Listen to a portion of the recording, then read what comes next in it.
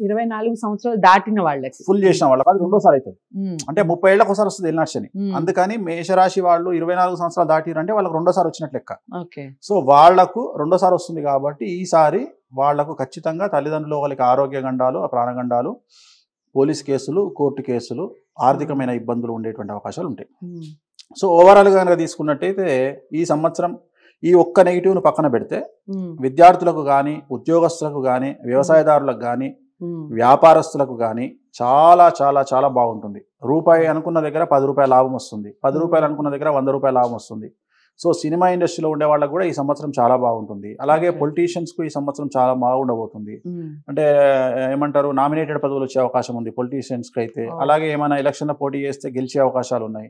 అట్లనే ఈ సంవత్సరం విద్యార్థులకు ఈ కాంపిటేటివ్ ఎగ్జామ్స్, ఎంబీబీఎస్ లాంటివి, లా సెట్, ఐ సెట్ ఇలాంటి వాటిల్లో వాళ్ళు ఉత్తీర్ణత ఎక్కువగా ఉంటుంది. వాళ్ళు కోరుకున్న కాలేజీల్లో వాళ్ళకు ప్లేస్మెంట్ వస్తుంది.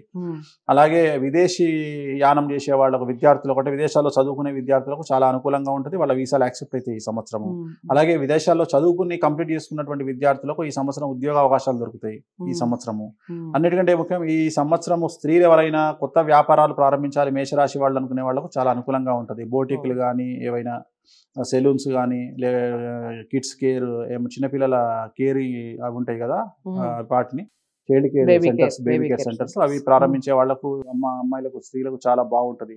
అలాగే అవివాహితులకి ఈ సంవత్సరం వివాహ యోగ సూచనలు కనిపిస్తూ ఉన్నాయి. ప్లస్ ఈ సంవత్సరము సంతానం లేని వారికి సంతాన యోగ సూచనలు కనిపిస్తూ ఉన్నాయి. సో మరి వీళ్ళు రెమెడీ ఏం చేసుకోవాలి ఓవరాల్ గా తీసుకుంటే, తిరునల్లార్ శనీశ్వర ఆలయంలో ప్రత్యేకమైన శని పూజ నిర్వహించుకోవడం ద్వారా ఈ సంవత్సరము కష్టాల నుండి బయటపడతారు. అండ్ నల్ల రంగు బట్టలకు దూరంగా ఉండాలి. ఇవి చేస్తే సరిపోతాయి. ఇవి మేషరాశి ఫలితాలు.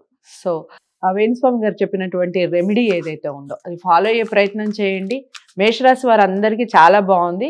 24 సంవత్సరాలు నిండిన వారు కాస్త జాగ్రత్త వహించండి. తల్లిదండ్రుల విషయం, ఆరోగ్య విషయం అన్నట్టుగా చెప్పారు. ఇంకా ఏమైనా డౌట్స్ ఉంటే ఖచ్చితంగా కామెంట్ బాక్స్లో తెలియచేయండి, లేదా స్క్రీన్ మీద కనపడే నెంబర్కి కాల్ చేయొచ్చు. తదుపరి రాశితో మళ్ళీ కలుద్దాం. నమస్తే.